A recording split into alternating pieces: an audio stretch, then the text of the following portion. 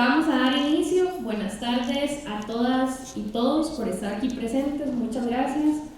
Un cordial saludo a los estudiantes del curso de Desafíos de Gestión Pública, que es parte de la conferencia de cierre del curso. También bienvenidas y bienvenidos a las personas que son autoridades universitarias o miembros de otros espacios de instituciones públicas que también hoy nos acompañan.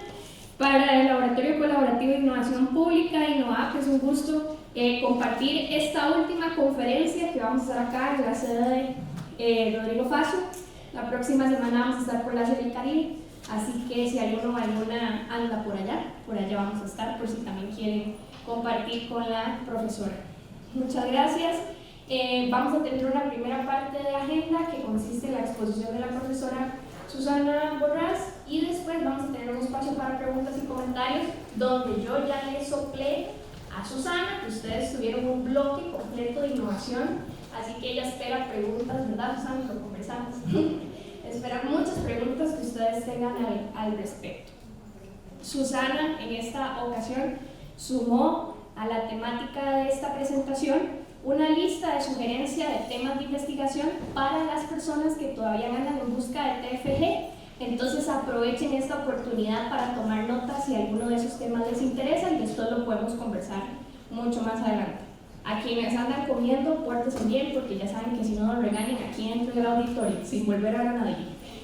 Y muchas gracias por este espacio. Ya le voy a dar la palabra a la profesora Susana Borrás, quien ya les comenté a los estudiantes del curso de Desafíos su amplio recorrido en el tema de políticas públicas de innovación. Así que, Susana, somos todos oídos. Muchísimas gracias. Sí. Dale una lucecita verde. ¿Sí la tienes encendida?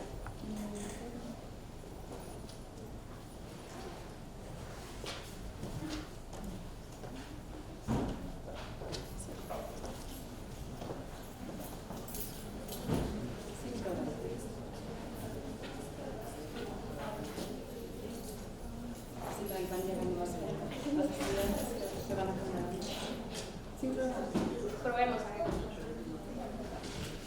No, todavía no. Todavía no.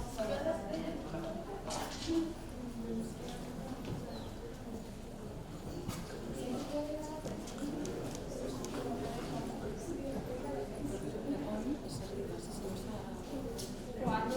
No.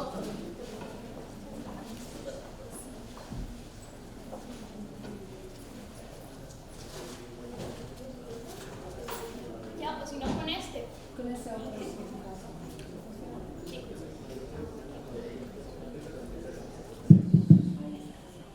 Bueno.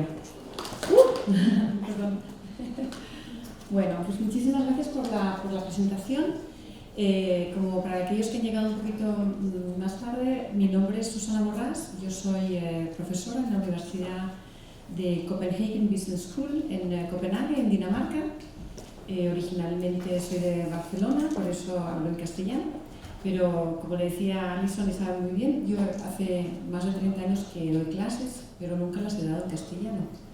Entonces tengo todavía en mi cerebro, que es un poquito de una juventud acumulada, que va pensando esos términos en inglés a pensarlos en castellano. Así que permítanme alguna vez que la lengua se me enreda y no puedo encontrar la palabra correcta, pero les pido su paciencia. Bueno, vamos a hablar hoy de lo que vamos a hacer es hablar un poquito de una introducción sobre la gobernanza de la innovación, y mi idea con Alice hemos visto de más o menos hacer una presentación más o menos de una hora o un ratito así, una hora y cuarto, y luego hacer un turno de preguntas. Yo sé bien que ustedes están pensando ya en su proyecto que tienen que escribir más adelante, y a lo mejor pues tienen ya muy claro el tema, la temática que quieren dedicarle, pero posiblemente algunos de ustedes todavía no lo tienen muy claro, tienen algunas ideas que están considerando. Entonces lo que voy a hacer es dedicar un poquito al final de esta presentación a proponerles una serie de posibles temas que a mí me parecen que son relevantes. Seguramente hay muchísimos otros, pero algunos desde mi perspectiva que todavía, digamos, están abiertos a considerarse, y que seguramente desde un mundo como el de costarricense pues hay todavía muchísimas cosas que analizar. Bueno, sin mayor dilación voy a empezar ya el tema es cuál es la ruta y la introducción sobre la gobernanza de la innovación. Entonces, lo que vamos a hablar hoy es, primero, dedicarnos un poquito a calibrar las expectativas de la terminología, que es la gobernanza y que es la gobernanza de la innovación. Y también vamos a hablar un poquito por qué es relevante, en qué contexto es relevante. De ahí les pasaré un poquito a hablar seguramente lo que ustedes ya han oído, el modelo de la triple hélice, que ya es un modelo bastante con mucho rodaje, ya de muchos años, que ha servido mucho de un apoyo a muchos gobiernos, de pensar su sistema de innovación, pero lo que se está hablando mucho ahora es los nuevos modelos de cuádruple y quíntuple hélice, que integran nuevas perspectivas que pueden ser muy relevantes. Después hablaremos un poquito de algunas tensiones y dilemas, pero muy poco, y me gustaría también acabar un poco hablando de las posibles temáticas, como dije, que pueda servirle de inspiración para su proyecto o para sus posibles estudios en adelante. Luego pues unas reflexiones finales, un poco resumir un poco en general. Bueno, pues ya empezamos con el tema de la gobernanza. ¿Qué es la gobernanza en general? Es un término bastante ambiguo porque ha sido utilizado de muchísimas diferentes maneras y en general es una palabra que se ha usado en una terminología habitual cuando estamos, digamos, caminando, hablando con familiares, pero también es un término que se utiliza en las ciencias sociales con un contenido concreto, es un concepto de la politología, es un concepto de la sociología. Y a veces pues, resulta difícil un poquito diferenciar las dos, pero yo creo que como estamos ya, digamos, capacitándonos para ser administradores públicos o para ser, digamos, estudiantes universitarios, pues vamos a dar una aplicación, un concepto sociológico, un concepto, digamos, de ciencias políticas, o sea, el concepto, digamos, ya desde el punto de vista más científico. Desde el punto de vista científico hay muchas diferentes definiciones, pero la que a mí más me gusta es una definición, digamos, bastante amplia. Hay definiciones digamos, más específicas, pero a mí me gusta esta, porque es la más amplia, que es la gobernanza es una forma de coordinación. Enfatiza la coordinación de la acción social y enfatiza también la coordinación ¿para qué? Para solucionar problemas colectivos. Entonces, enfatiza la coordinación, también tiene una connotación de orden, de estructuración, de poner un poquito una estructura a cómo responder esos problemas que son colectivos. Es importante, muy importante, entender que la gobernanza está relacionada con la acción pública del gobierno. Obviamente la acción pública del gobierno es para solucionar problemas colectivos, pero no solo la administración pública, obviamente lo que hace en el trabajo de la administración pública para administrar, para implementar todas esas políticas públicas definidas por los gobiernos, por la forma de acción pública, pero la gobernanza va mucho más allá porque integra todo el contexto social y económico en las cuales también participan, también son activos, también, digamos, forman parte de esa solución de los problemas colectivos. Entonces, la gobernanza no son solo las leyes que produce el sistema político democrático, no son solo los mecanismos que la administración pública pone para activar, para aplicar esa ley, para aplicar, digamos, esas políticas públicas, sino también en la forma en la que la sociedad actúa e interactúa en relación a respondiendo a, o no respondiendo, o rechazando, o buscando formas alternativas, o buscando formas, digamos, de soluciones reales, que, digamos, está en contacto, pero no es lo único que la acción política pública. Es decir, hay que entender la gobernanza, lo que los ingleses o los anglosajones, cuando hablamos en temas de ciencia política, dicen governance with government. Y también a veces governance without government.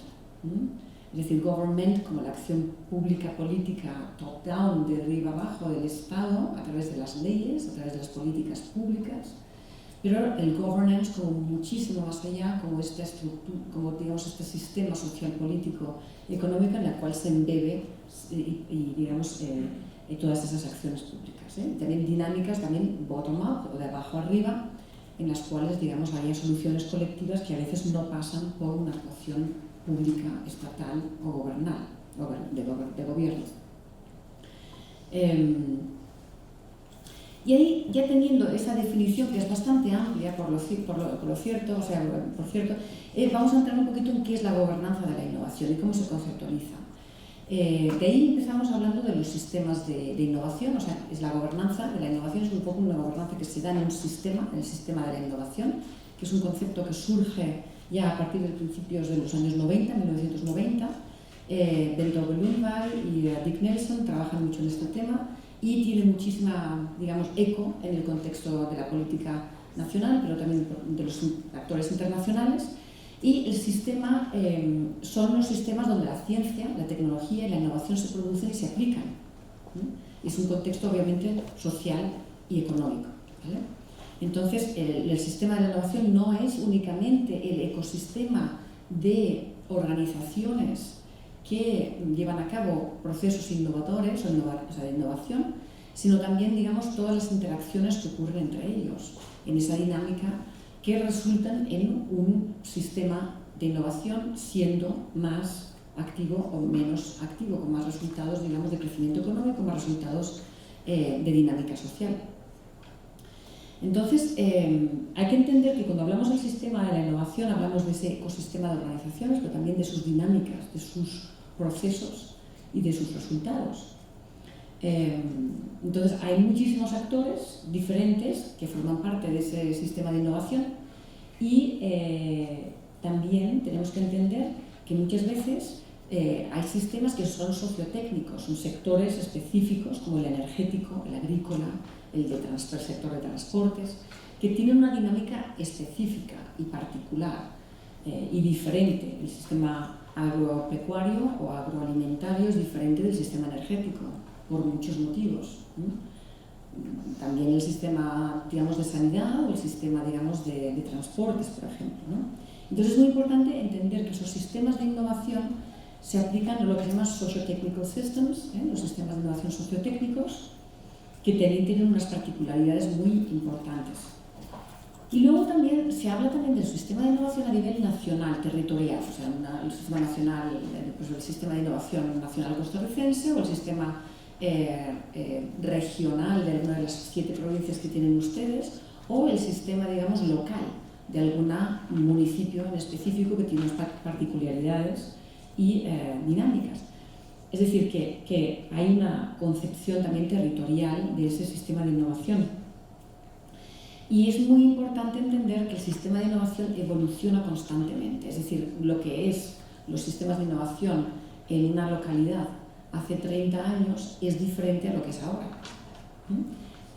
Porque hay diferentes actores, porque hay diferentes tecnologías, porque hay diferentes, digamos, dinámicas sociales, económicas, empresariales, porque ha habido nuevas oportunidades que se han retomado o no se han tomado en cuenta. Y es decir, es importante también a veces mirar ese contexto evolutivo en el tiempo.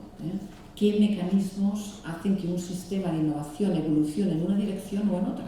Eso no es una pregunta trivial, es una pregunta muy importante. Entonces, aquí tengo un ejemplo de cuando hablamos de sistemas sectoriales o sociotécnicos, es muy importante que entendamos la gobernanza adquiere formas muy diferentes. Porque por una parte tenemos el Estado, la acción pública por parte de la administración pública del Estado, que puede ser muy preponderante en el sentido de ser el que dirige o inicia todo el tipo de actuaciones. Mientras que puede haber situaciones en las cuales son los actores privados, tanto sea la sociedad como sean las empresas privadas, que son los que inician las iniciativas, los que inician, los que llevan la voz cantante, como se dice en castellano, la voz cantante, los que, digamos, are sitting on the driving seat, los que están, digamos, manejando, conduciendo el coche. Está el pasajero y está el que conduce. El que conduce tiene, digamos, más direccionalidad de hacia dónde vamos. Y en eso es una dinámica muy importante. Y yo quería ponerles estos ejemplos de que tenemos, por ejemplo, aquí el sistema sociotécnico de la energía nuclear, que es en Europa, es muy importante, y es tradicionalmente un sistema energético que es muy dominado por el Estado. Las grandes empresas son estatales o controladas por el Estado. Toda la seguridad nuclear está también muy regulada por parte del Estado. Hay muy pocos actores, digamos, no hay muchísima competición, porque hay solo, digamos, muy pocos actores que producen esa energía nuclear. Y es por seguridad atómica, por geopolítica, es muy controlado por el Estado, tradicionalmente. Eso sería un ejemplo de un sistema sociotécnico donde hay cambios técnicos, cambios tecnológicos, donde hay innovación, donde hay dinámica, pero obviamente el Estado tiene mucho que decir. Allí, digamos, hay mucho control. Hay mucho también, sobre todo en Alemania, hay muchísima reticencia hacia la energía nuclear. Ha habido muchísima polémica al respecto. También en Suecia, es un país que la mayor parte de la electricidad se produce por energía nuclear, y ha habido muchísima oposición política, social al respecto, o sea, 50-50, 50%, 50%, mientras que, por ejemplo, en Francia, donde la energía nuclear es también importantísima, no hay ningún tipo de oposición pública al respecto. Entonces hay, digamos, dinámicas sociales, económicas de innovación tecnológicas que son importantes a considerar cuando uno compara diferentes sistemas nacionales o sistemas, digamos, sociotécnicos. La energía nuclear, el sistema sociotécnico de la energía nuclear es muy diferente al sistema de energías renovables, particularmente lo que son la energía solar, que es muy descentralizada, porque todo el mundo puede poner sus pequeñas plaquitas solares en el techo de su casa y ser no 100% quizás autosuficiente, pero sí bastante independiente autónomamente. Entonces, todo el sistema de propiedad, de dinámica, es muy diferente, a pesar de que estos dos sistemas serían dos sistemas energéticos. No sé si me entiendo que la gobernanza, como concepto, intenta entender un poquito el papel que tiene el Estado y, digamos, la diferencia que hay entre diferentes sectores en función de otros actores que no siempre son no siempre es el Estado el que domina o el que está en el driving seat, en el manejando. Otro ejemplo que les quiero poner es, aquí lo hice con un pequeño perrito, pero es los autos que self-driving cars en inglés, los coches que se conducen a sí mismos, no sé cómo se dice en castellano, self-driving cars. Autónomos, ahí está, gracias. Digamos, es una tecnología que está, digamos, completamente en esta línea, está completamente dominada por la industria automovilística o incluso la industria software, que está entrando en este tema muy importantemente. El Estado es bastante secundario, aparte, por supuesto, de que el Estado, la política pública de transportes, se ocupa, obviamente, de regular todo el tema de la seguridad vial, la señalización de las carreteras, la planificación, digamos, de transportes, etc., etc. Y aquí hay una historia muy interesante. Los que están llevando la voz cantante en la direccionalidad de toda la transformación de este sistema de innovación son las empresas automovilísticas. Tanto sí que les voy a explicar una anécdota que se lo explico a uno de sus colegas. Un día estaba yo en mi despacho y, muy low technology, alguien me llama por teléfono. Casi me sorprendí que no me enviaron un email. Y era una persona bastante arriba, bastante alta dentro de la Agencia Nacional Sueca de Transportes. Y me dijo, porque yo había escrito un paper sobre este tema, y me dijo, hemos leído su paper, nos interesa muchísimo y estamos ahora con la gran cuestión que cómo vamos nosotros como gobierno sueco a regular estos coches que son autónomos. Porque obviamente todo nuestro sistema de señalización, de zonificación, de responsabilidad legal, jurídica, está pensada para un conductor humano. Mientras que si ahora son los coches, que son sistemas de software, tenemos que hacer toda la planificación territorial de transportes pensando en si, por ejemplo, es mucho más seguro los coches autónomos en una autopista que no en un contexto urbano, porque en el contexto urbano pues, hay una bicicleta, hay peatones, hay situaciones muy inesperadas, hay mucho semáforo, mientras que en una autopista pues, es como, digamos, más seguro porque hay unos carriles más anchos, digamos, están ya conceptualizadas para más seguridad, con lo cual te decía, tendríamos que pensar en modalidades bastante diferentes. Otra cosa muy importante se les planteaba cómo vamos nosotros a regular la señalización, porque obviamente una cosa es que nosotros pongamos una señalización no máximo de 60 km/h para que un humano lo vea, que no ponerlo para que una máquina, un robot, el software lo lea y baje la velocidad cuando corresponda. Toda la interoperabilidad de esos sistemas software entre el coche y los sistemas de los otros coches, pero también, digamos, de la señalización pública, es fundamental. Entonces, claro, ahí me dio la clave, en términos de gobernanza, que los que estaban en el driving seat no era el Estado, eran las industrias automovilísticas, que estaban ya muy por delante. O sea, en realidad la tecnología para tener carros que se autoconducen existe ya. De hecho, en Volkswagen, por ejemplo, el otro día un amigo conducía y aparcó perfectamente muy chiquito el espacio. Yo estoy diciendo, no, he apretado el botón y me he aparcado completamente solo. O sea, la tecnología me dijeron que ya está en marcha, ya está ahí. Lo que pasa es que falta la regulación para ponerla en marcha. Es decir, los que están en el driving seat son las industrias. Y es muy interesante, porque es una situación muy diferente de gobernanza que era la energía nuclear. Otro ejemplo, la foto es muy mala, pero se trata de ciudades inteligentes y verdes, smart cities, que es muy popular en estos días porque las ciudades son microcosmos con una altísima complejidad, con una altísima presión. Los últimos 20 años las ciudades, ha habido un proceso de urbanización rapidísimo, han crecido, se han expandido muy grandemente, y la gran cuestión es cómo dar cabida a todas las infraestructuras de agua, de sanidad, de transporte, de vivienda, de todo en un microcosmos. Entonces, hay muchas ciudades que están trabajando con soluciones inteligentes, digitales y no digitales, para dar, digamos, una respuesta más eficiente, más efectiva de dar cabida a toda esa rápida urbanización, a la vez que no suponga problemas medioambientales. Entonces ahí se están utilizando muchísimas digitales. ¿Qué pasa? Que ahí, si concebimos, entendemos el papel del Estado, del gobierno, en este caso sería el gobierno local, obviamente, es lo que nosotros llamamos una relación más de network.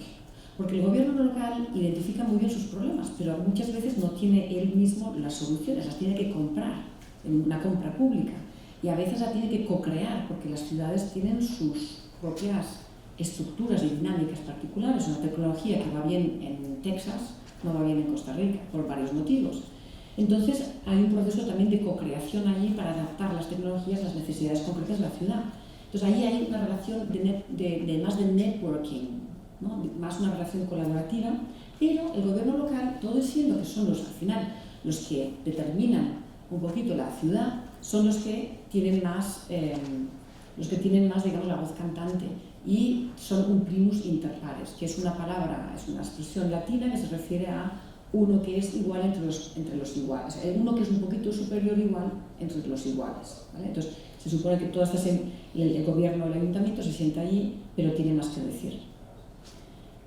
Y por último, un ejemplo que a mí me gusta mucho, no porque me guste invertir los bitcoins o lo que sea, pero sino como ejemplo, digamos, bastante extremo de lo opuesto, es los cryptocurrencies, las monedas cripto, que están basadas en la tecnología de blockchain. Ustedes conocen, supongo que conocen, es una generación que lo conoce bien. Ha habido mucha gente que ha invertido en estas bitcoins pensando o creyendo que la credibilidad de esta moneda, que no es una tal moneda, son tokens, está basada en una que no se pueden romper. El blockchain, digamos, es inalterable. Se ha demostrado en varios casos que tan inalterable no lo es.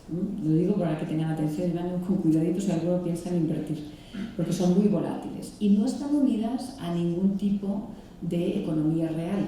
O sea, cuando ustedes tienen moneda nacional, moneda de Costa Rica, los colones, está, digamos, apoyada por el Banco Nacional, que, digamos, que está respaldado por toda la economía, el volumen y el valor de la economía de Costa Rica. Pero cuando ustedes compran un Bitcoin, no está respaldado por nada, zero.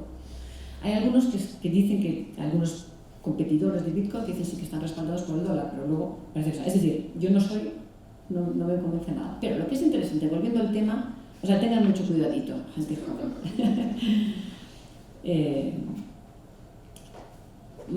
El tema de la gobernanza que nos interesa con las cryptocurrencies es que es una tecnología que ha surgido prácticamente de la nada. Y los gobiernos no pueden regularla, están, digamos, muy por detrás. Así como en los autos, los coches que se autoconducen, el gobierno, digamos, ya estaban pensando, esta agencia de transportes ya estaban pensando cómo trasladar el sistema que tenía el regulativo de los humanos para, digamos, los coches que se autoconducen. Había, digamos, una dinámica de cambio de transición. En el tema de los bitcoins es que no había nada, cero.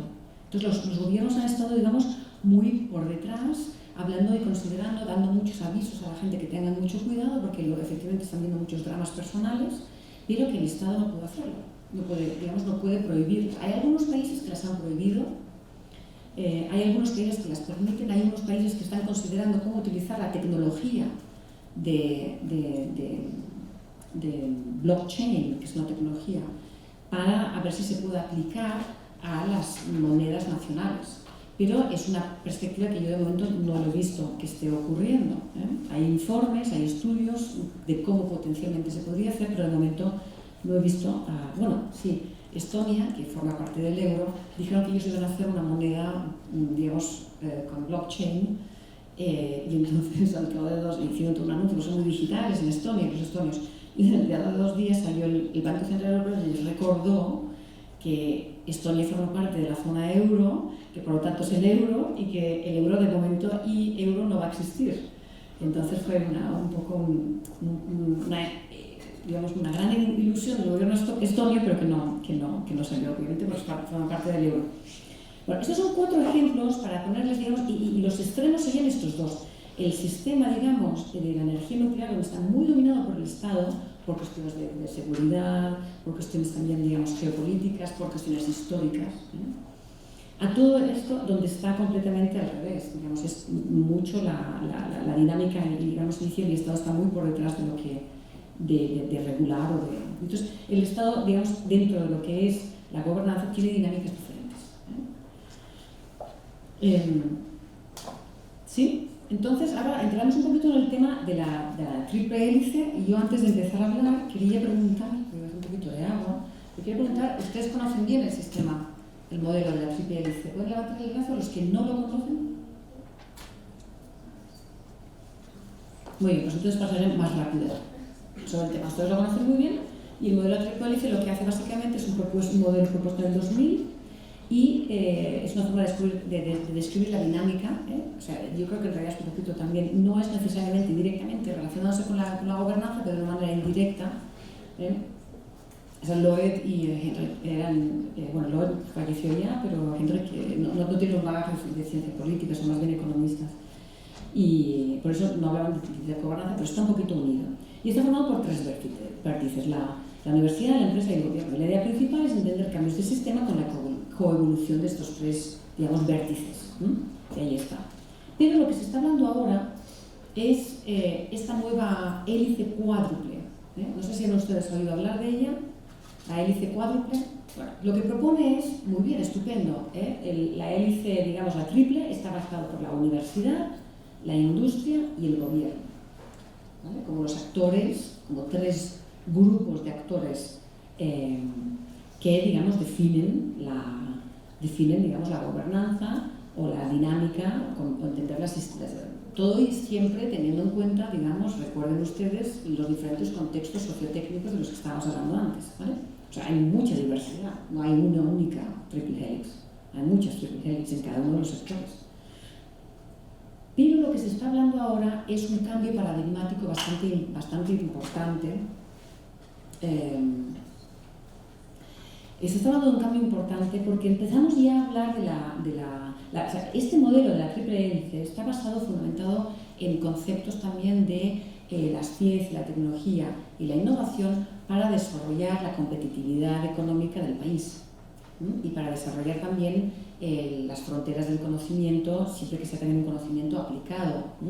Ahí está la universidad como un punto bastante importante de generación de conocimiento por sí mismo, pero también para que sea aplicado en el contexto, ¿vale? Entonces, empieza a haber ya un cambio paradigmático importante que llega, bueno, les voy a explicar, esta es les explicaré. Este es una imagen que intenta representar la ciencia por la ciencia. es muy importante que recordemos que nuestro conocimiento humano tiene unas fronteras. Por eso están los premios Nobel. Los premios Nobel es para darles, digamos, un premio muy prestigioso a personas que han digamos, avanzado la frontera de nuestro conocimiento humano. Y es muy importante que haya una cierta independencia, de que esta ciencia, digamos, tenga un valor en sí misma de ampliar ese conocimiento.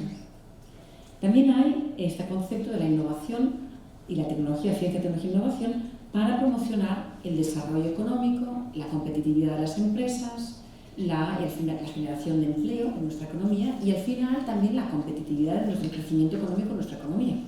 Y ahora llega, muy importante, a partir del año 2000, llega lo que se llaman los Millennium Goals de las Naciones Unidas que pone en marcha, que luego en el año 2015 se traducen a la Agenda 2030, que se traduce a los Objetivos de Desarrollo Sostenible, que son los que todavía estamos operando bajo ellos, en este campo, que proponen una serie de problemas muy complejos, que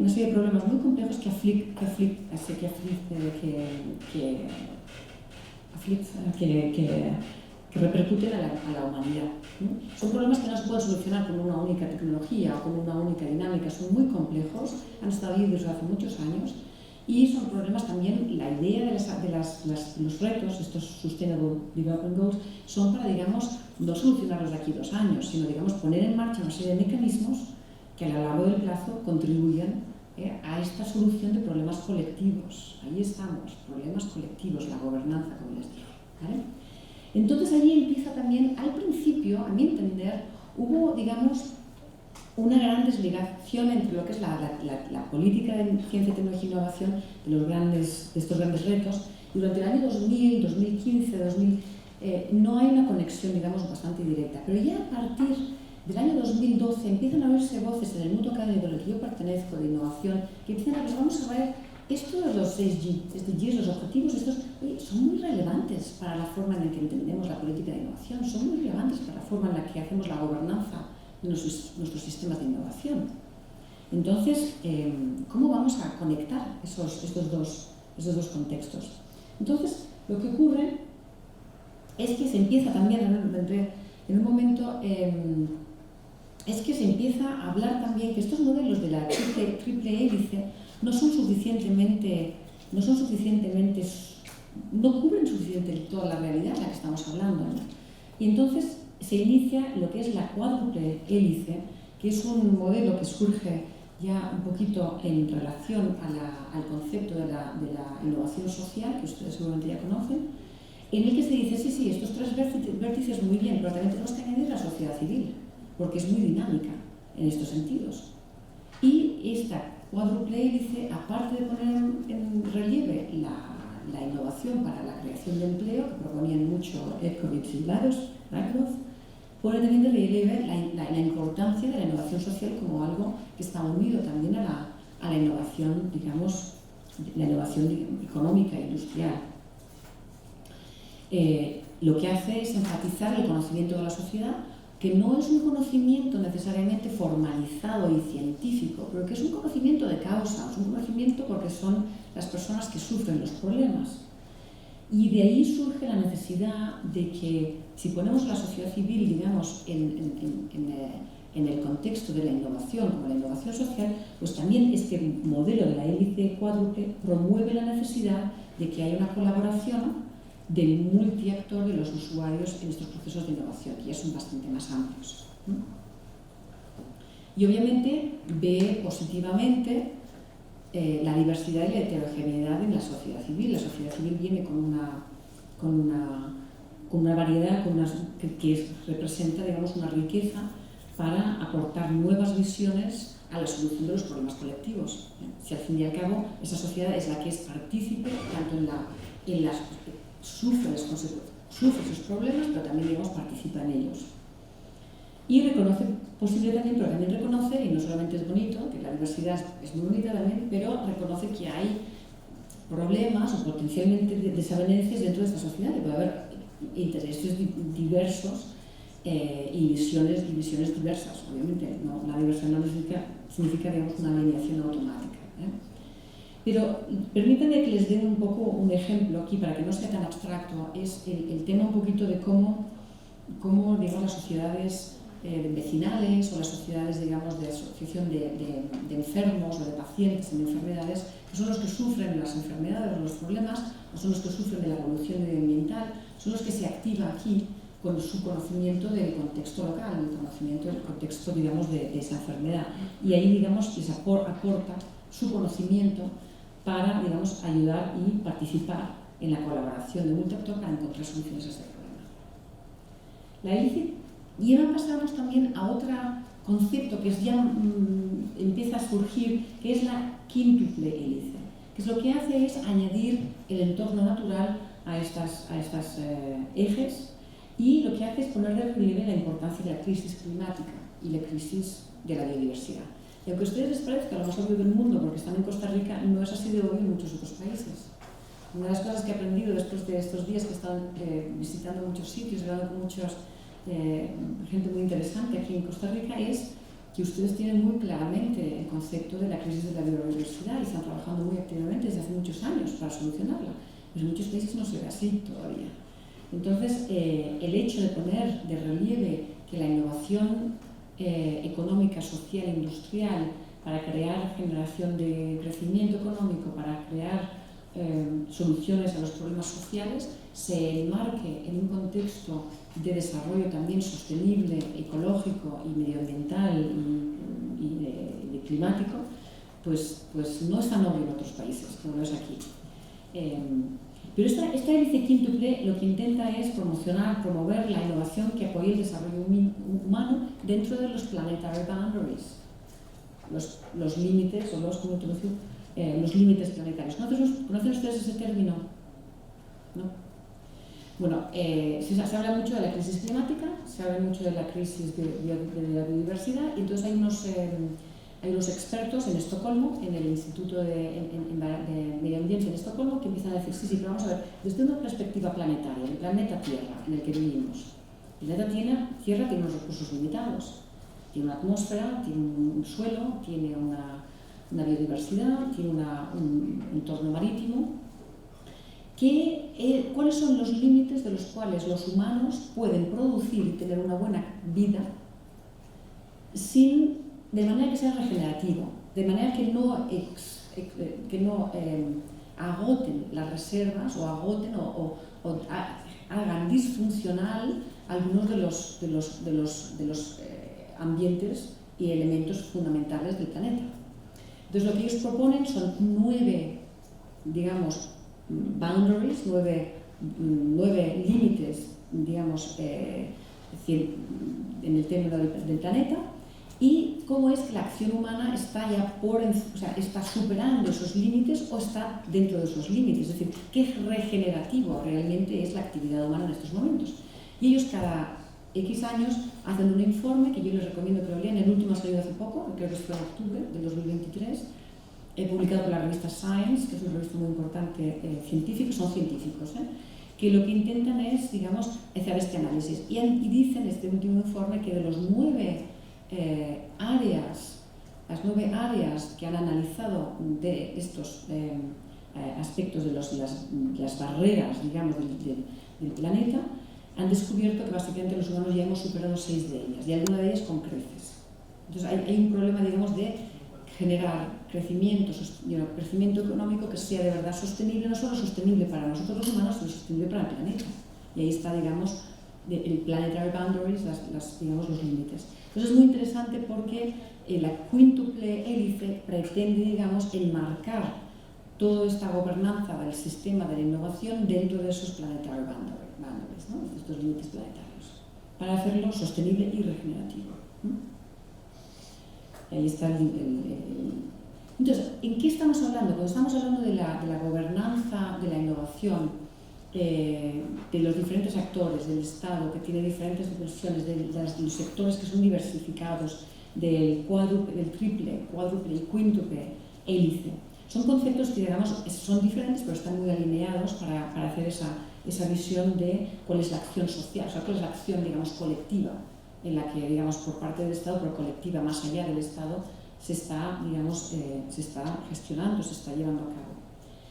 Y entender, siendo ustedes estudiantes de administración pública, entender que la acción del Estado, la acción de la administración pública se enmarca en estos contextos de actores diversos, no solo del Estado.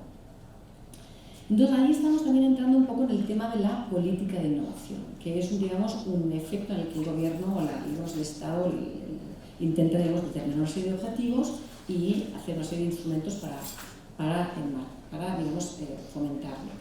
Entonces ahí lo que tenemos es que, como hemos visto anteriormente, históricamente, desde la Segunda Guerra Mundial, lo que se había mirado era la política científica, que era la política enfocada a la creación de conocimiento científico, a la creación de laboratorios de infraestructura, para expandir las fronteras del conocimiento humano. Luego lo que se hace en los años 70-80 es que se empieza ya a hablar más hay este auge de los países del sudeste asiático que hacen un crecimiento económico exponencial en muy pocos años, no sobre una base científica, sino sobre una base directamente ya tecnológica, ¿vale? Entonces empieza a hablar en Europa, en Estados Unidos, digamos, básicamente, oye, no es suficiente enfocarnos en la creación del conocimiento científico, esperando que haya un crecimiento económico a lo largo del curso, sino que, digamos, los asiáticos están ahora haciendo cosas muy tecnológicas, tienen mucha aplicabilidad directamente desde el principio, y entonces vale la pena buscar, digamos, este tipo de claves que nos permitan. Entonces ahí es donde se empieza a hablar mucho en los años 70-80 de la innovación, o sea, la tecnología, la innovación para crear empleo. También es un momento en el que Europa y Estados Unidos, no sé aquí cómo es, en Latinoamérica, pero hubo un momento de gran crisis económica y financiera, especialmente económica más que financiera.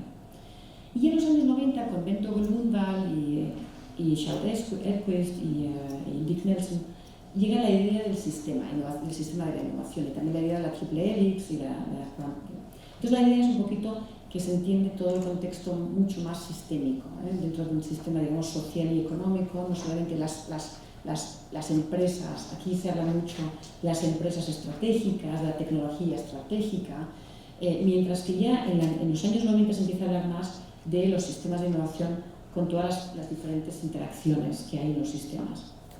Y ahora estamos entrando a raíz del cuádruple y quíntuple helix, a raíz también del énfasis en los objetivos de sostenibilidad de las Naciones Unidas, se empieza a hablar de lo que empezamos a hablar también de la innovación transformadora. Y entonces, lo que hemos hecho en estos momentos, esto es una cosa relativamente reciente, en los últimos 4 o 5 años, estamos ampliando mucho lo que nosotros entendemos que es la innovación, porque tradicionalmente hemos hablado mucho de la innovación en la empresa privada, para beneficios privados, de los shareholders, de los stakeholders, de los clients, de los users, de los usuarios, o sea, de los propietarios de la empresa, de los clientes, de los empleados, de todo, digamos, el contexto en el que la empresa, o sea, la innovación en la empresa como, digamos, mecanismo para creación de empleo, creación de crecimiento económico, pero es una innovación con fines privados, ¿no? Digamos. Pero hemos intentado también, o sea, ampliarlo al concepto de la innovación social, donde ya llegan, digamos, estos conceptos mucho más amplios de la sociedad que digamos, ya es más dinámica, intenta encontrar soluciones a problemas colectivos de una manera nueva, novedosa y se organiza de manera diferente. Y luego también estamos hablando de un tema que no hemos hablado todavía, pero es la innovación en el sector público, que ustedes conocerán, en el que se trata de que desde la acción de gobierno, desde la acción de la administración pública, se encuentren mecanismos de solución de los problemas que afectan a la sociedad, de cumplir las leyes, de cumplir los mandatos, de cumplir los objetivos políticos, a través de unas formas más ágiles y más novedosas de actuar, ¿vale? La innovación en el sector público es buscar soluciones de manera novedosa en ese campo. Entonces aquí está lo que está el concepto de la innovación transformadora, que es muy importante, Es un nuevo concepto de la innovación que intenta no solo dar conocimiento, o sea, no solo dar conocimiento y generación de empleo, sino intentar hacer las cosas diferentes, de una manera diferente que solucione los problemas de manera más integral y más donde haya crecimiento económico, obviamente, eso es fundamental para nuestras sociedades, pero también que haya innovación social, innovación del sector público que, digamos, refortalecen uno a otro en ese sentido. Y transformadora en el sentido de que sea capaz de transformar los sistemas sociotécnicos en sistemas más ágiles, pero en sistemas también ecológicamente sostenibles dentro de los planetary boundaries. Porque se trata, en definitiva, también de que nuestros futuros hijos y nietos y las futuras generaciones tengan también la posibilidad de tener una vida próspera y estable. Entonces es un concepto que está saliendo con mucho auge ahora en Europa, en los últimos 4 años en realidad, y aquí les pongo, para que les quede, 5 de las publicaciones que a mi entender son emblemáticas en ese campo. Matthias Weber es un colega que conozco muy bien, está trabajando, fue uno de los pioneros en este campo porque hablaba mucho del tema del transformative change y, digamos, una perspectiva multinivel. Pero ya lo que surge aquí con más fuerza es el año 2019 con Special Issue, una de las revistas internacionales científicas más dominantes en este tema, que es llevado a cabo por Johann Schott, que es una persona que viene del mundo de la transición verde y entra a estudiar temas de la innovación y la política de innovación y, digamos, hace este Special Issue. Yo creo que su paper que abría el Special Issue estaba bien, pero era un poquito demasiado rígido en algunos aspectos. Yo creo que uno de los papers de ese Special Issue tenía mucho más dinámica. Incluso les pongo aquí, pero bueno, es que todo Special Issue es bastante interesante en ese campo. Y luego uno de mis colegas que están trabajando aquí en estos temas de política transformadora, en ese sentido de transformar los sistemas sociopolíticos para hacerlos, digamos, no solo más innovadores, sino también, digamos, más ecológicamente sostenibles. Y ahí llegamos a la última slide, donde voy a dedicar más tiempo, que es donde pretendo darles a ustedes incentivos o ideas, sugerencias de qué temas pueden ustedes trabajar en sus proyectos. Les voy a proponer 8 temas. Voy a dedicar un poquito a cada uno de ellos. Un tema relevante que me parece muy importante es la transferencia de tecnología. Se ha escrito, bueno, ríos de tinta. I will cry you a river. Te lloraré un río, como dice la canción. Pues esos ríos de tinta sobre la transferencia de tecnología. Pero en el contexto de la innovación transformadora se ha escrito muy poco. ¿Qué ocurre? ¿Cuál es el tema interesante? Es que muchas de las oficinas de transferencia tecnológica que están trabajando en las universidades dan apoyo a científicos o a empresas que intentan, digamos, hacer una relación de colaboración. De manera que todo el conocimiento que se ha generado en el mundo de la universidad se ha transferido y retransferido, porque no sabe es unidireccional, también va en la otra dirección. La empresa también genera conocimiento que a los académicos les puede interesar. Pero con la universidad empieza ya a tener misión, lo que se llama third mission, la tercera misión de la universidad, que no solo es educar, no solo es hacer investigación, con creación de conocimiento, sino también hacer un impacto social. Hacer un impacto. Y ahí es donde las oficinas de tecnología les llega esta agenda del impacto. Y ahí es donde empiezan a decir, sí, pero tienes que hacer innovación social, tienes que ayudar que haya una transferencia de conocimiento dentro del mundo de la universidad para que haya un impacto en temas de innovación social, o en temas de innovación ecológica, o en temas de innovación de la administración pública. Y básicamente las oficinas de transferencia de tecnología no tienen ese idioma, no tienen ese lenguaje, porque el lenguaje que están utilizando es típicamente un lenguaje de las patentes, de la licitación de las patentes, de compra-venta, de la licitación de contratos, y no tanto en hablar con actores diferentes, porque las oficinas de transferencia de tecnología están acostumbrados a hablar con empresas que quieren comprar una licencia de la patente, que quieren colaborar, hacer un acuerdo de colaboración. Entonces hacen un acuerdo de colaboración con esta empresa, con este centro de estudios o lo que sea.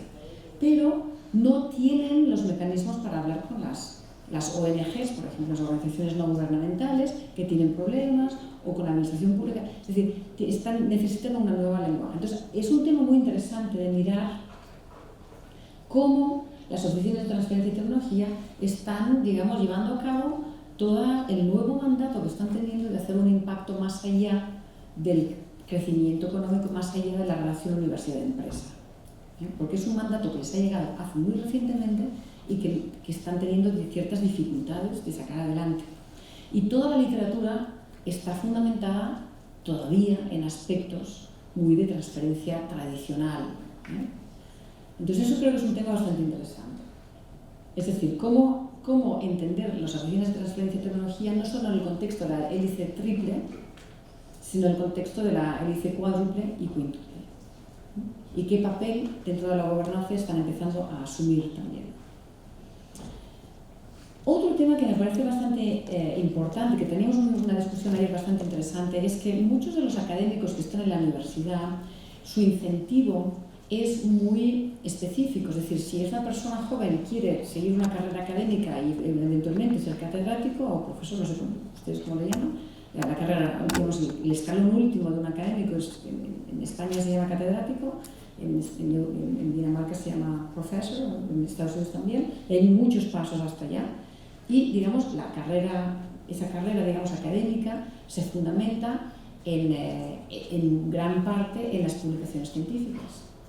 Entonces, esos incentivos son muy fuertes, son muy estrictos, hay que investigar, hay que publicar en estas revistas, mientras que, por otra parte, cada vez las universidades empiezan a tener también este mandato de la tercera misión de la innovación transformadora. ¿Cómo se pueden alinear esos incentivos a la carrera académica para que esos catedráticos también estén incentivados a participar en colaboración que no solo sea vendiendo la licencia de sus patentes, sino también sea en digamos, espacios de innovación social, espacios de innovación verde. El tema de incentivos no es un tema trivial,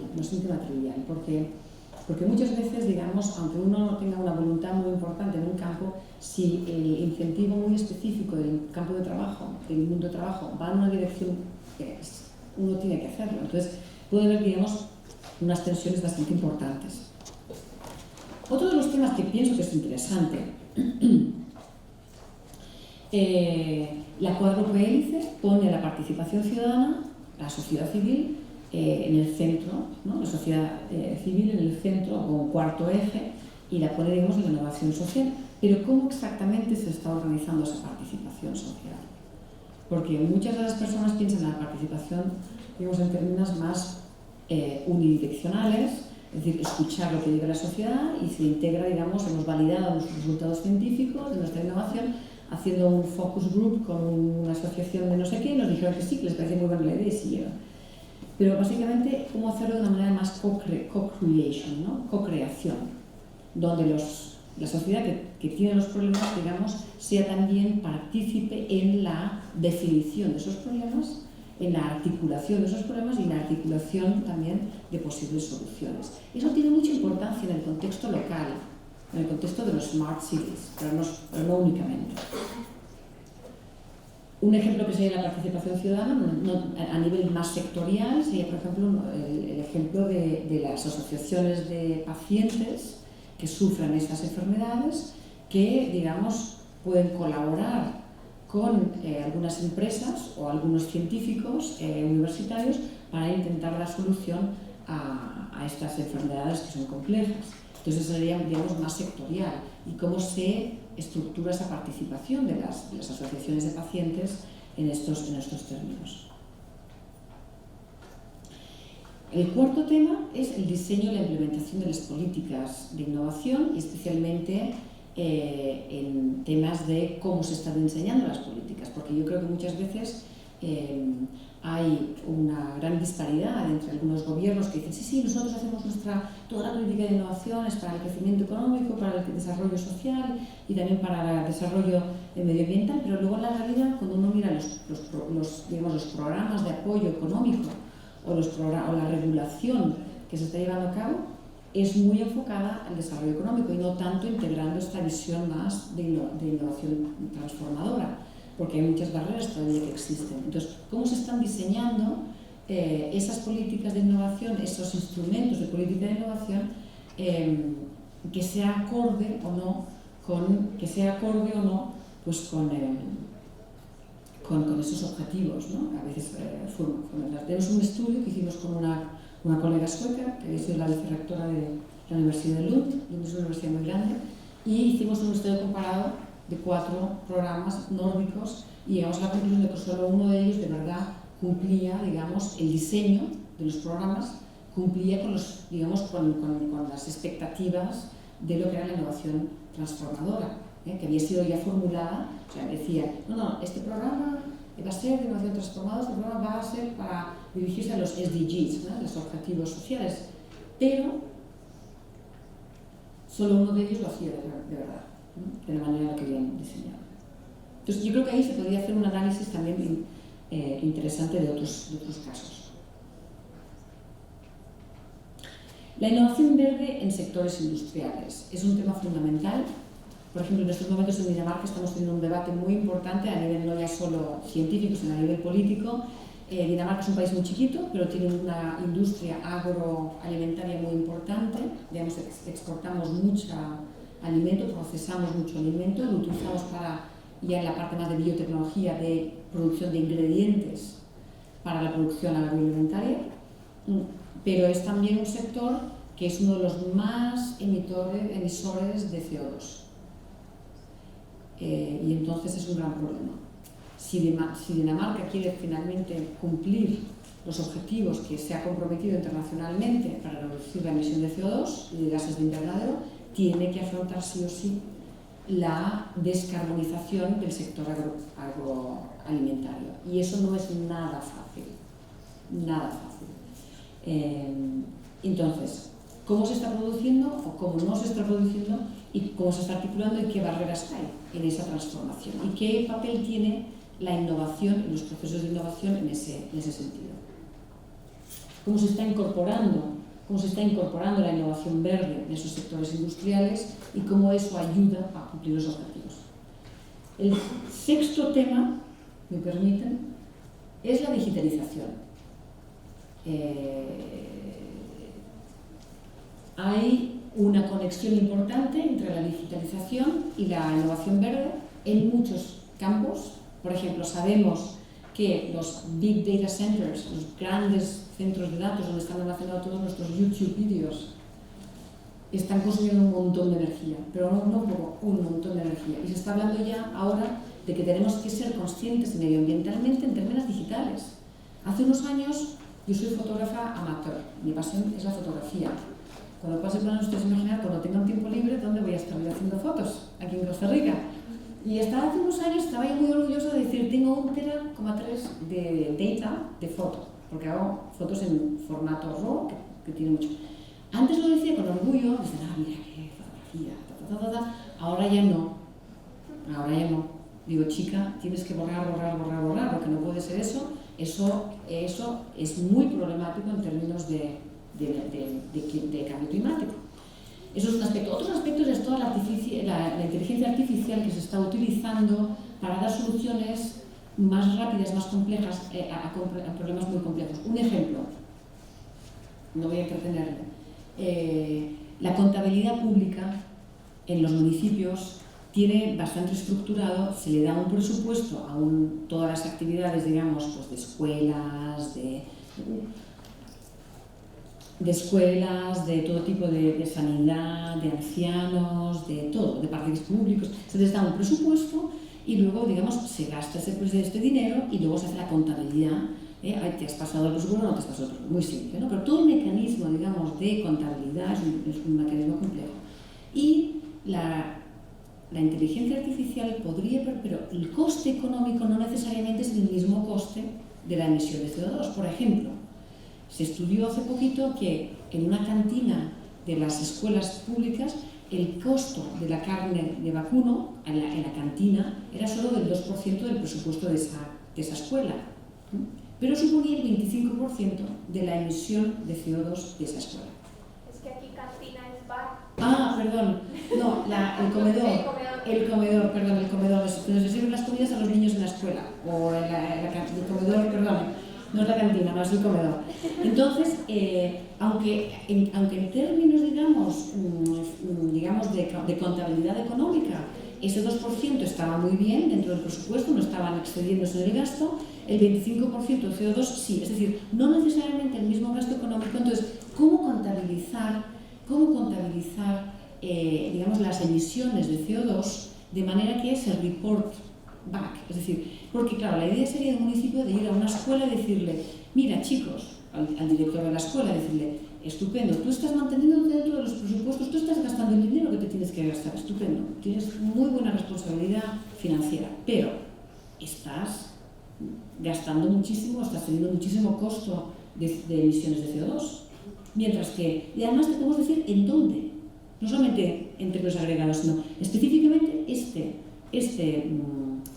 budgetary cost, esta línea del presupuesto específicamente es donde estáis gastando demasiado en las emisiones de CO2.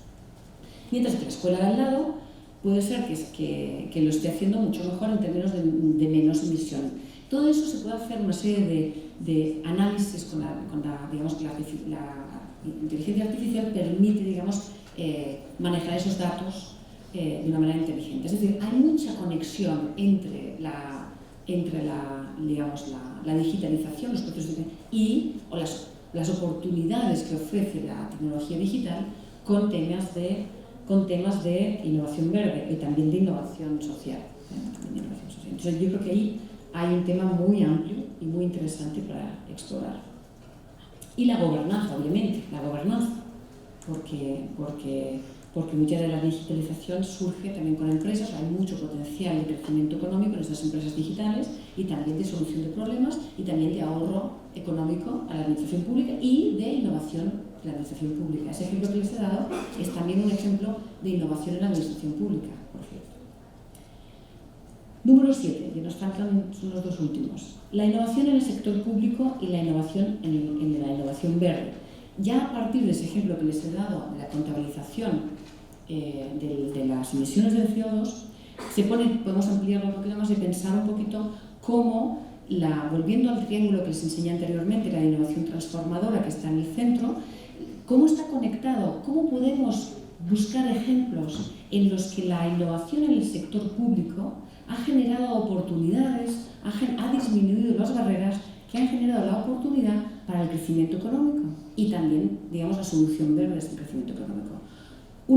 Otro ejemplo, teníamos en Dinamarca que ya lo han oído varias veces algunas de mis colegas, pero se trata de una agencia marítima en el que básicamente tienen que regular una serie de cuestiones y cuando venían con tecnologías verdes no sabían por dónde ir, porque era una tecnología tan disruptora que no se sabía por dónde ir. Entonces sería un poquito interesante examinar casos en los cuales vemos una innovación en el sector público que inciden positivamente en la innovación verde y la innovación, digamos, de crecimiento de competitividad en la industria, en el sector productivo.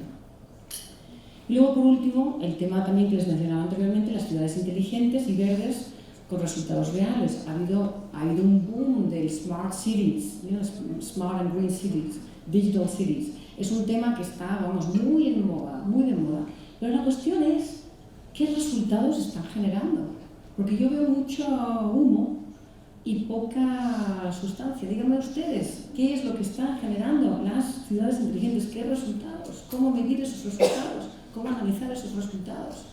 Hicimos un estudio hace poco donde había muchísimo piloting. Muchas ciudades inteligentes hacen pilots. Vamos a hacer una experimentación, los living labs. En terminología ustedes conocen, los living labs vamos a coger 2 calles y vamos a probar si este semáforo funciona o no funciona. Estupendo, muy bien. Pero ahí se queda el living lab se muere y ya está. Living no, se quedó ahí. No fue extendido al resto de la ciudad, no fue scaled up, expandido al resto. No sirvió de nada, aparte de experimentar un poquito. Entonces, ¿qué resultados nos están dando? Y uno de los estudios que nosotros tuvimos es que en los casos en los que vimos resultados, nos dimos cuenta de era porque esas ciudades tenían una alta capacidad gestora. El ayuntamiento, el gobierno local, tenía unos técnicos, unas personas que tenían mucha capacidad técnica. Y eran capaces de sacar adelante porque muchas de las cosas que habían funcionado mal era porque venía una empresa y decía, no, nosotros vamos a poner una iluminación pública inteligente que entonces se apaga y se enciende, no sé cuántos. Sin darse cuenta que en el contexto de esta ciudad específica, esa iluminación pública necesitaba de diferentes, digamos, soluciones ¿Qué pasó? Que entonces vino y lo instaló y no funcionó tan bien y ahí quedó. Mientras que cuando había una capacidad técnica del gobierno local, el gobierno local decía, sí, pero vamos a ver, es que nuestra ciudad tiene esta situación, por ejemplo, en Álava que hay mucha bicicleta y los sensores no captan las bicicletas. Entonces, hagamos una tecnología. Ustedes entraban en un diálogo con el proveedor de esa tecnología y le decía, sí, pero esa tecnología que me ofreces no me va a funcionar. Házmela mejor, adáptamela a las necesidades de mi ciudad. Cuando había esa capacidad técnica del gobierno local, las soluciones eran escaladas, porque se hacía el pilot, se hacía el living lab, funcionaba y se escalaba al resto de la ciudad. Entonces, esa capacidad de los administradores públicos locales de entrar en ese diálogo, de pedir más, decir esto porque técnicamente no me va a funcionar, tenía mucha importancia. A la vez también los ciudadanos, los vecinos de la ciudad que decían, bueno, pero a ver, esto funciona muy bien en el centro, pero yo vivo un poco más a las afueras y tenemos otra dinámica, entonces digamos, adaptarlo también a estas necesidades. Yo creo que en realidad hay mucho humo cuando se habla de ciudades inteligentes y me gustaría a mí saber resultados. ¿Cuándo y cómo y por qué? Bueno, esos eran los temas que a mi entender, digamos, se me han ocurrido, pero vamos, habrán miles de millones de otros casos o de temas, pero digamos que tocan temas de gobernanza de la innovación en el contexto de la quádruple, quíntuple hélice y que hablan también, digamos, del papel de la administración pública, pero hablan también de la solución de problemas reales y amplios, verdes y sociales. No solo, pero también, obviamente, muy importante, el crecimiento económico. ¿Sí? Y ahora las reflexiones finales.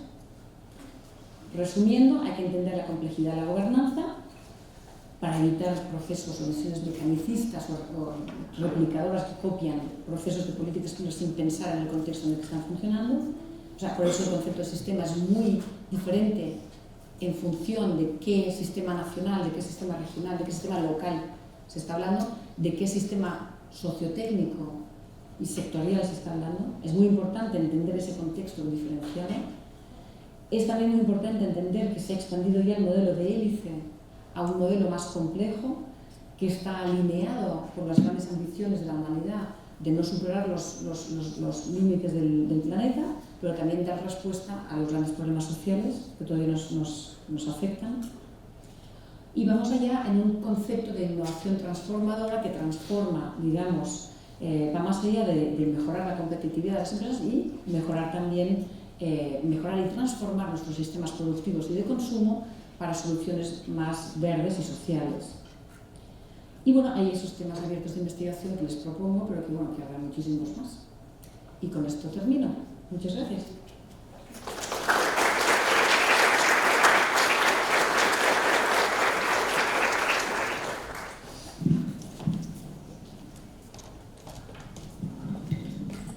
Preguntas, comentarios. Dice su nombre y su sombrero, que es lo que hemos pedido en todos los eventos. Bueno, buenas tardes, muchísimas gracias. Mi nombre es Joseph Campos, soy estudiante del curso de Desarrollo de la Gestión Pública con el profesor Alison. A mí me parece muy interesante la conferencia y entender ese concepto de la gobernanza de la innovación, ¿verdad? Porque es algo que para muchos de nosotros es nuevo.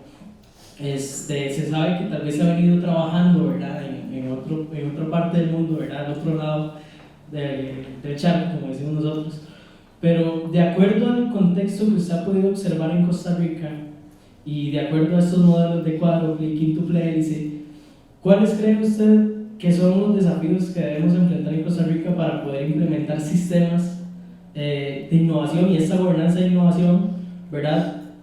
Donde podamos incluir tanto a las personas ciudadanas como también el tema de ambiente, que tal vez ya casi está avanzado, pero no, bueno, desde mi perspectiva lo digo, no he visto, ¿verdad?, que aquí en Costa Rica exista como esa cultura innovadora ni que exista una gobernanza real de innovación. Entonces, ¿cómo podríamos dar esos primeros pasos?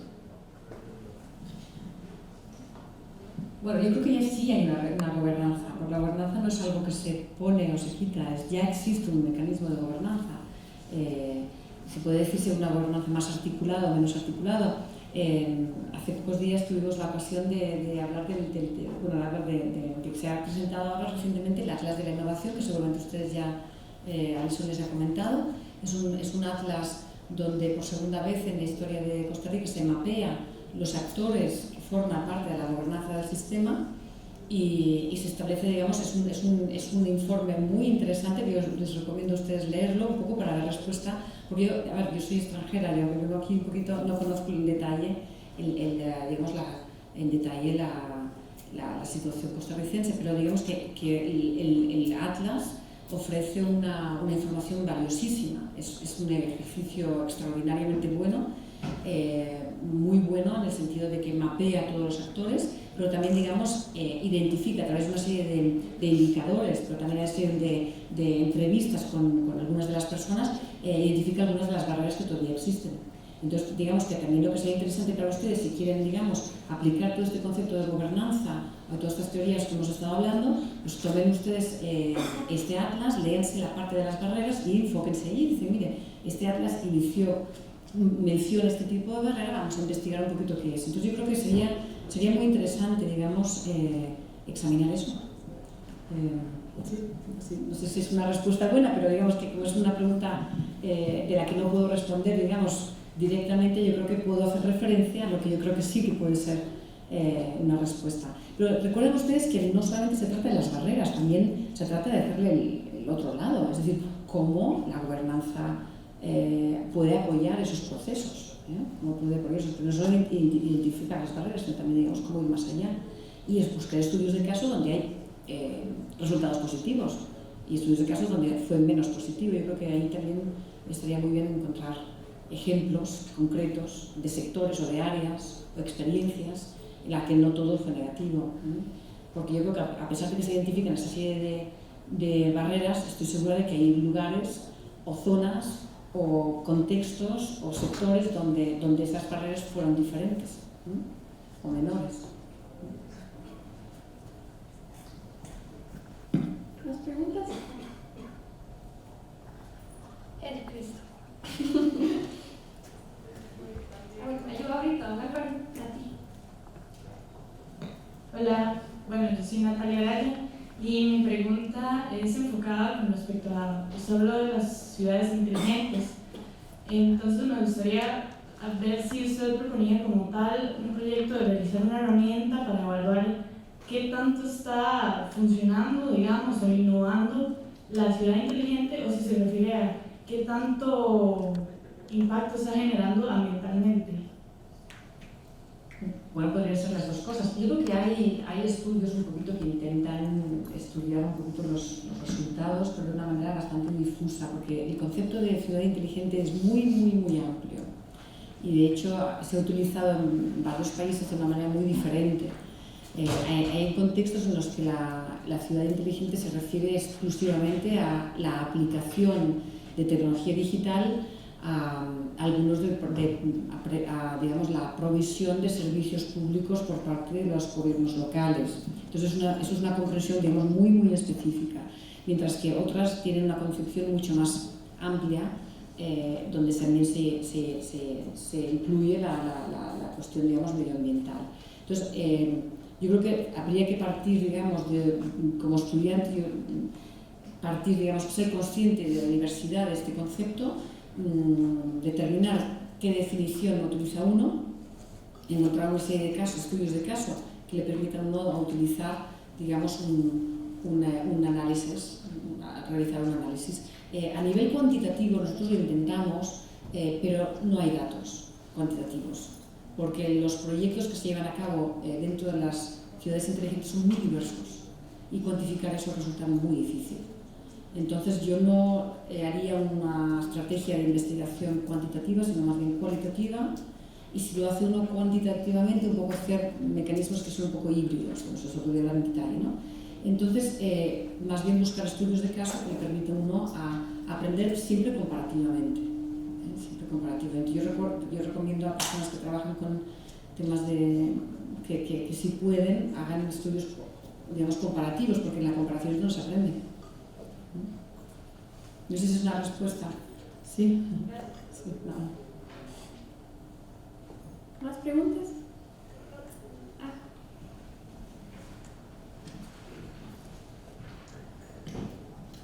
Buenas, Carla Rosco igual del curso de desarrollo, pero de desafíos con el profesor Álvaro. Usted hablaba un poco sobre la energía nuclear y mencionó algunos países. No sé si en su investigación tal vez sepa cuál fue la diferencia entre, por ejemplo, que haya una división entre Alemania en el público y la de Francia, que es totalmente aceptada. No sé si sepa cuál fue la razón, si es un tema de cultura, si es algo ya de gobernanza, cuál fue como la razón del por qué comparativamente una se acepta y otra tal vez no tanto. Una pregunta muy buena. No conozco en detalle las dos sociedades, los mecanismos por los cuales eso existe. Alemania tiene una historia específica en Europa, como ustedes saben, en la que durante la época de la guerra, Segunda Guerra Mundial, el gobierno nazi estaba buscando estaba buscando la construcción de la bomba atómica. Entonces, cuando finalmente acaba la Segunda Guerra Mundial, hay una grandísima preocupación por qué va a pasar con ese conocimiento y, de hecho, los aliados tienen muy controlados a los científicos alemanes y de ahí surge en el año 51 el Euratom, porque ya en ese momento, recordemos el Euratom 50 años son apenas 5 años después de la Segunda Guerra Mundial, se empieza ya a hablar no solo de las bombas atómicas, de lo que supuso, el impacto que supuso las dos bombas de Hiroshima y Nagasaki, sino también, digamos, como una posibilidad de que esa energía fuera utilizada como una energía renovable y autosuficiente y controlada. Entonces empieza a verse como uno de los mecanismos de una energía barata que permite la reconstrucción industrial europea rápidamente después de la Segunda Guerra Mundial. Pero hay una preocupación muy grande de tener controladita Alemania, de una manera más tenerla controladita. Entonces dicen, bueno, pues la manera de hacerlo es poner, digamos, hacer un acuerdo del Euratom, o sea, con lo que se forma la Unión Europea hoy en día. Inicialmente eran 3 comunidades económicas, o 3 comunidades, el Euratom, la CECA, que es de carbón y acero, 2 materias primas muy fundamentales que generaron la guerra. Entonces dijeron también tenerlo controladito en las materias primas que son cruciales en una posible guerra futura, para evitarla. Y luego más tarde sale, en el 54-57 ya, la colaboración, digamos, de mercados. Es una historia un poco larga, pero vamos a ver, los 2 tratados internacionales que fundaron la Unión Europea hoy en día fueron basados en la energía atómica para tener controlado el desarrollo de esa energía y el conocimiento y el control del acero y el carbón para evitar que Alemania los utilizara para una tercera guerra mundial. Recordemos que hubo una Primera Guerra Mundial, la Segunda Guerra Mundial surgió muy recientemente después de la Primera Guerra Mundial y había mucha preocupación en ese sentido. Entonces, la idea era, vayamos a compartir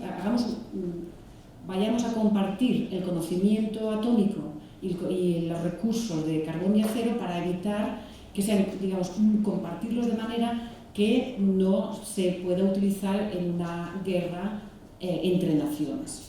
Y esa filosofía ha perdurado todavía hoy y fue un poco el motivo por el cual yo creo que la sociedad francesa vio la energía nuclear como estar por delante y controlar y generar esa energía más económica en aquella época, porque el carbón era muy caro de extraer. Mientras que Alemania quizás pues, socialmente pues, también sufrieron mucho después de la Segunda Guerra Mundial, se vieron un poco una dinámica diferente. Los partidos políticos verdes surgen con muchísima fuerza en los años 90 y empiezan ya a hablar mucho del riesgo, de la sociología del riesgo. Hay unos sociólogos alemanes muy interesantes que hablan de la sociología del riesgo. Entonces empieza a haber una concienciación de toda la problemática de los residuos nucleares. Entonces empiezan a haber movimientos verdes en contra de la energía nuclear, ya muy fuerte en los años 70. También en Dinamarca, donde yo vivo, es también muy fuerte en contra de la energía nuclear, un poco en ese sentido, por el tema del riesgo. y una falta de confianza. Mientras que en Francia posiblemente por temas históricos. Esto es un contexto un poco histórico-social. Yo supongo que los expertos en la ciencia y la sociología de la energía nuclear le pueden decir un poco más concretamente, pero tiene una historia peculiar por cuestiones geopolíticas de los años 30 y 40 ya. No sé si es una respuesta. Sí, de nada.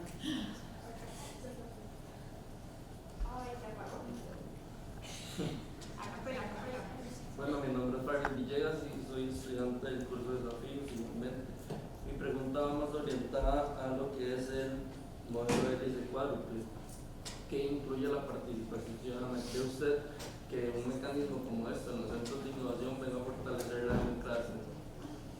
Una pregunta muy buena. Yo creo que en principio sí, porque podría poner a lo que llamamos los problem owners, les digo, no sé que lo ha oído anteriormente, pero con los problem solvers, es decir, los problem owners, los propietarios del problema, es decir, la sociedad civil que sufre la contaminación, que sufre el ruido de las carreteras, que sufre lo que sea. Entonces, a ver cómo se puede buscar, digamos, unas soluciones que sean técnicas, pero también, digamos, dentro de la perspectiva de que los que están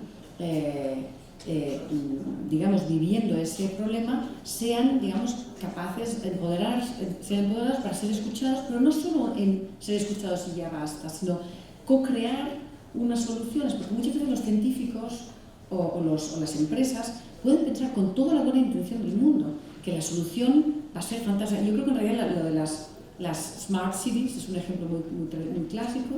Las smart cities, las ciudades tienen problemas de una urbanización muy rápida, que no da abasto para proveer, digamos, los servicios urbanos que necesita la población. Pero, claro, muchas veces con toda la buena intención del mundo se puede decir, no, pues que ponemos esto aquí, pum, ya funcionará, y no. Pues porque no se tuvo en cuenta de la manera que estamos utilizando las cosas y tanto. Por ejemplo, ahora en temas de planificación urbana, los arquitectos están hablando mucho de seguir un poco los patrones. Por ejemplo, ustedes seguro que han visto un ejemplo muy clásico, un parque donde han puesto un césped muy bonito y unas piedras donde hay que caminar en L, para ir allá. ¿Dónde va todo el mundo? Cruza por el medio. Y se ve claramente que hay, digamos, el camino natural, mientras que el diseñador del parquecito muy bonito dijo, vamos a hacerlo así en L porque es estéticamente más bonito. Pero la gente no tiene tiempo de ir así en L, tomen el camino más recto. De hecho, la línea recta se la define en matemáticas como digamos, lo más corto entre dos puntos. Entonces, claro, lo que hace la gente, los humanos, somos lo más corto entre dos puntos. No vamos a hacer. Entonces, ese es, digamos, un ejemplo muy simple donde el arquitecto de jardines o planificador lo pensó con toda la buena intención del mundo, pero que no funciona, porque no fue, digamos, porque no co-creó con los que iban a usar ese parque. Pues imagínense ese tema, pero ya más a nivel más científico, técnico, donde hay unos elementos tecnológicos. Yo creo que sí que reforzaría un poquito el dar respuesta a estos aspectos. La cuestión es cómo hacerlo. ¿Qué mecanismos hay? Y hay algunos que son fáciles, porque algunas sociedades, yo creo que ustedes aquí tienen un tema muy interesante, los ADI. Son muy interesantes, vamos, me parece interesantísimo. Cómo dan, digamos, articulan, digamos, por diferentes intereses, digamos, el local, pero cómo dan una voz o articulan, digamos, la sociedad civil local, que seguramente si hay algún problema será un mecanismo pues, para hablar. Pero la gran cuestión es cómo motivar a la gente, porque muchas veces la gente se queja, pero no hace nada. Entonces, cómo motivarlos para que, bueno, oye, si estás irritado porque el parquecito no tiene la línea, pues oye, pues ves allí, participa, digamos, pero finalmente harán el camino, digamos, más correcto. Entonces, digamos, cómo motivarlos y cómo darles también herramientas de lenguaje, o mecanismos de co-creación. Yo creo que sería un tema interesante. Pero siempre, recordemos que estamos trabajando en temas de innovación y lo que es interesante también es un poquito estos aspectos innovadores, de organizativos innovadores, pero también un poquito de tecnología o de estos elementos. Muy buena pregunta. Necesito que me prestes tu micrófono. Que me prestes tu micrófono. Sí, estupendo. Para dar el... Sí, bueno. Ahora sí. Ay, bueno, yo se lo quité a mi expositor. No sé que no funcionaba. Estupendo. Bueno, agradecerle a Susana por este espacio, estuvo sumamente interesante. ¿Sí? ¿Qué querías? ¿Hacer un selfie? Ah, ¿quieres hacer un selfie? ¿Les va bien? ¿Les parece bien? ¿O sí? Yo tomo la foto, Bueno, no, pero todo de pie y luego acá. Selfie es divertido porque sabes un poco así, Bueno, divertido, ¿no? Diferente, ¿no? Bueno, mientras que te preparas para eso, en el piso número 3, que es en el de abajo, gracias a la Escuela de Administración Pública tenemos un pequeño refrigerio donde también aprovechen para hacer networking. Como les dije al grupo 1, este es el último curso de bachillerato, no se vayan sin terminar de conocer a sus futuros colegas que van a compartir espacios en otros momentos de la vida profesional. Nos tomamos el selfie con Susana y bajamos al piso número 3. Una cosa, por cuestión A ver.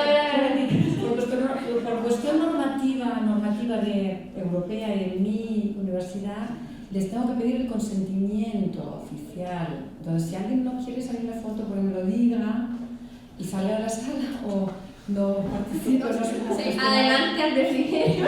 Bueno, si que me lo diga personalmente, entonces yo intentaré pues quitarle editarle la cara, quitársela en la foto. ¿Lo tomas tú ahí? Ahí, eso, Cris. No teníamos salir. Bueno, atención al frente, manos levantadas para que así se vea todavía más bonito, no así como todos formalillos. Ay, qué seriedad. Ahí sí, ahí sí. Muy bien, pues gracias.